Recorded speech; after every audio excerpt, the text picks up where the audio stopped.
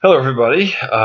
Welcome to week 3. So we got 2 in the books, and they've been going really well. So I hope you're kind of feeling excited about where things are going. I know I am. I see a lot of good work that you're doing, and I want to encourage you to keep that stuff up. So keep up the hard work that you're doing. It goes by very, very quickly, as most of you who have taken online classes know.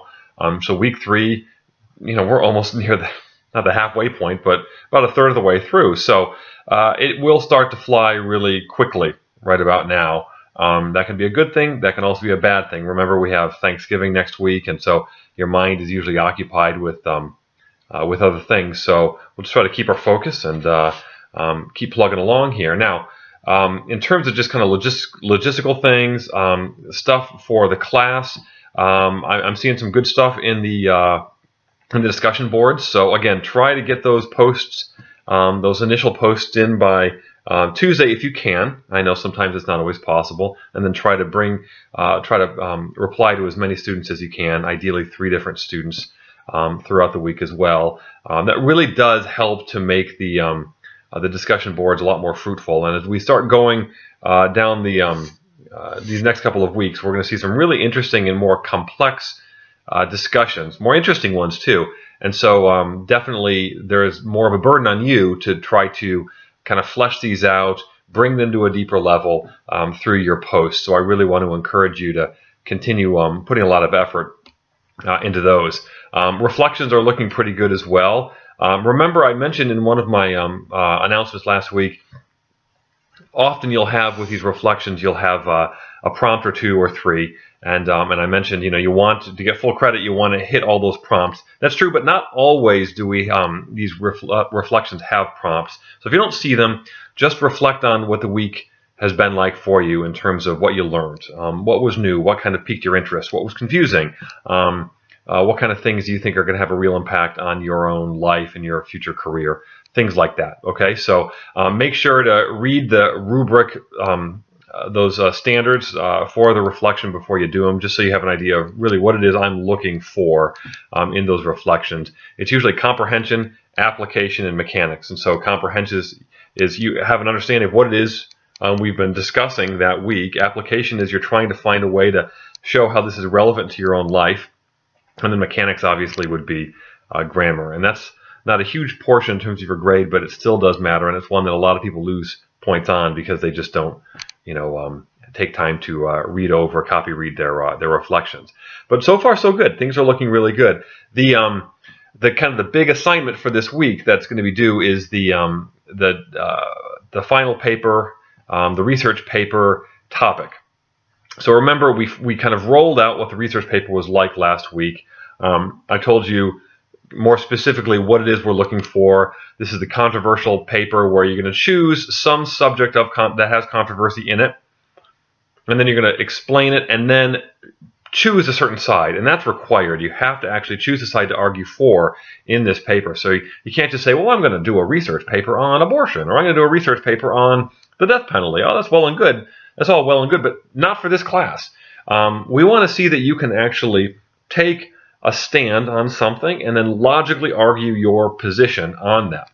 So you're going to have some time where you will kind of explain the whole thing, but then you're really going to be giving me your position, what it is that you actually feel about this chosen subject. So for this week, what we're going to be doing is you're going to be choosing your topic. So there's really 3 things I want you to do. You're going to, in this assignment, you're going to tell me what the topic is.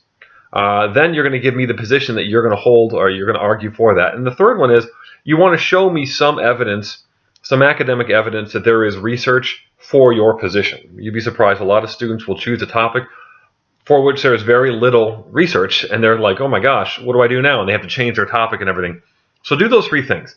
Inevitably, I have a student who will just say, they'll give me a 1-word response for this topic, and it'll just say abortion, or it'll say gun control, or it'll say the environment. Well, that gives me nothing, okay? I need more information than that. So don't do that. Tell me the controversial subject, why it's controversial, and then your position, and then give me just one little citation there that basically shows that there is research for your position. Do that and you're going to be fine, okay? You really will be fine. And choose any topic you want, a topic that's interesting to you. Don't try to think of one that you think would be really good because, oh, I think the teacher would really like this one. Okay, so don't do that. To that point, though, is this week is starting my favorite section of the class, and that's the section on ethics. So you're doing an ethical paper by the end of the semester, so we're going to be talking about ethics and ethical theories this week. Ethics is that branch of philosophy that's dealing with notions of right and wrong, of good and bad, and can we determine right and wrong, or is that kind of in the eye of the beholder, as they say. We're going to investigate a couple of ethical or moral theories that basically say that there are standards that we all kind of, that can be met by all of us. So a lot of people for many, many years have said, well, when it comes to right and wrong, nobody can tell what's right and wrong. It's all kind of in the eye of the beholder, right? And so it's based on me. This would be kind of, the school of thought known as ethical subjectivism. Basically, there is no right and wrong that's universal. It's all your opinion.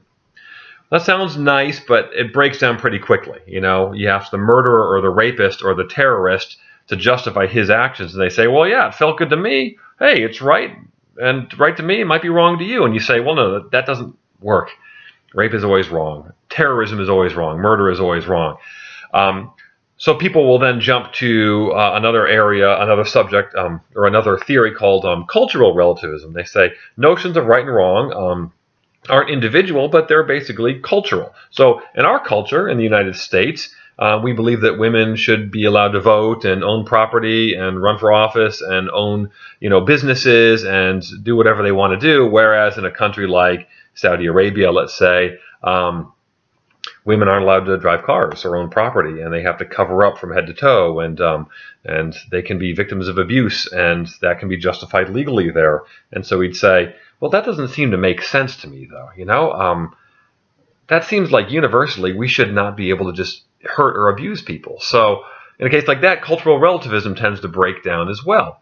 So then we have a couple of different theories that are more universal theories. Utilitarianism is one, rights-based ethics is one, and then deontology. And so you're going to be talking about these, or researching these, studying these this week, and we're going to be discussing them in this week's discussion board. And this week's discussion board is a great one. This is the classic trolley scenario. This is one that's going to totally cook your noodle. It's going to really it's really going to challenge you quite a bit about what you think about right and wrong and how it affects people's lives. So the scenario in a nutshell, if you haven't gotten into it yet, is there's a trolley bearing down the tracks on 5 railroad workers. And you can't stop the trolley no matter how hard you try, but you can flip a switch. If you flip a switch, those 5 guys survive. But on another set of tracks where the trolley is going to go, there's one guy, and he's going to die. What do you do?